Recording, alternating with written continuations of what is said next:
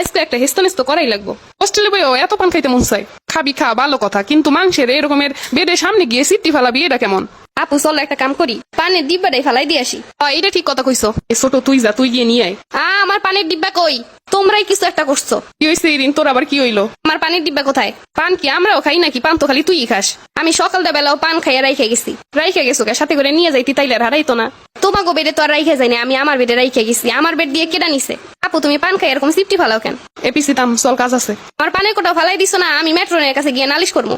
কার কাছে নালিশ করবি? তোর এই পান লইয়ে কতবার প্রিন্সিপালের রুমে নিছে, তারপরে তুই কিভাবে মেট্রনের কাছে গিয়ে পানের কথা কইয়া নালিশ করবি? তোরে তো সবসময় ম্যাডামরা লজ্জা দেয় পান নিয়ে, তারপরেও তুই নালিশ করতে পারবি এটা নিয়ে? আমার টাকা দিয়ে আমি পান কিনা খাই, সবার যে এত জলে কিসের জন্য আল্লাহই জানে। পান খাইতে আমার ভাল লাগে তাই খাই। তুই যে পান খাইয়া পরিবেশটা নষ্ট করতেছিস তা বোঝো না? তোমরাও পান খাও, তাইলেই তো হয়ে যায়। এই বয়সে পান খায় দাঁত কাটায় তোর মুসের বিসি বানানোর ইচ্ছা আমাগো নাই। আমার দাঁত দেখলে কেউ কইবো আমি পান খাই? আপু সকালটা হইলে তুমি কয়লা দিয়ে যেই ঘষা ঘষো, এমনিতেই তো চকচক করবো। ও তো আবার বয়ফ্রেন্ডের লাগে দেখা করানোর আগে দাঁতটা ইচ্ছা মতো কয়লা দিয়ে ঘষে। সেই দিন তোর দাঁত কাটা দেখে তোর বয়ফ্রেন্ড কিছু কয় না? ও খুব ভালো করেই জানে আমি পান খাই। পান খাওয়া তেমন দোষের কিছু না। কাম করবি, বয়ফ্রেন্ডের লাগে দেখা করানোর দিন এখন পান বানায় বয়ফ্রেন্ডের লেগে লইয়ে যাবি। মানুষের রুমমেটাই কত ভালো, আর আমার রুমমেট গুলো হইছে একটা খবিস। 3টা বড় অপু আছে, খবিসের মতো আচরণ করে। একটু পান খাই এইটা নিয়ে ওগো জলে। তোর জন্য আরো একটা সুসংবাদ আছে। আজকে চেক করতে আসবো কার কার কাছে মোবাইল আছে। আমারে কইতেছো কে আমার কাছে কি মোবাইল আছে? না, কইয়ে রাখলাম যদি থাহে। থাকলেও বা কি করার, লুকানোর মতো তো জায়গাই নেই। তার মানে তোমার আছে?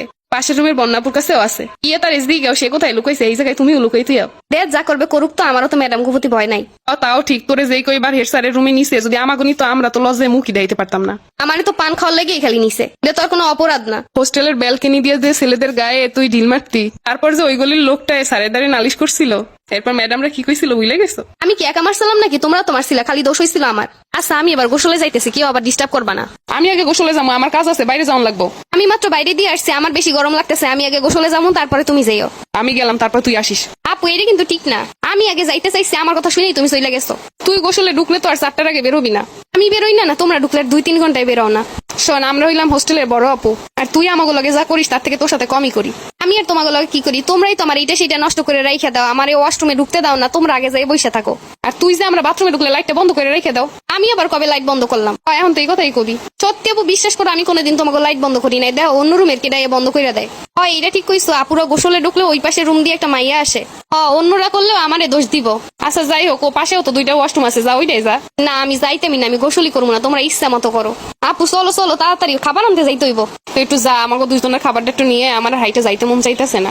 আমি 3 জনের খাওয়া একসঙ্গে কেমনে নিয়ামো? আরেকজনের নিয়ে যা সাথে কইরা। আচ্ছা খাবার পড়ে গেলে কিন্তু তখন আমারে দোষ দিতে পারবে না, যা পারমু তাই নিয়ামো। আচ্ছা তাহলে শুধু আমারটা নিয়ে আসিস, নিশাতে এটা আনন্দ লাগবো না? নিশাত গিয়ে নিয়েই বনে। নিষেধ আপু তো আবার আগুই বনে। আরে না, আমি কমনে। দেখ খাবার আনতে গেছিলাম, আজকে মাংস দিছে, সবাই আগে আগে নিয়ে নিছে, খালি আলু ভর্তার ডাল পাইছি।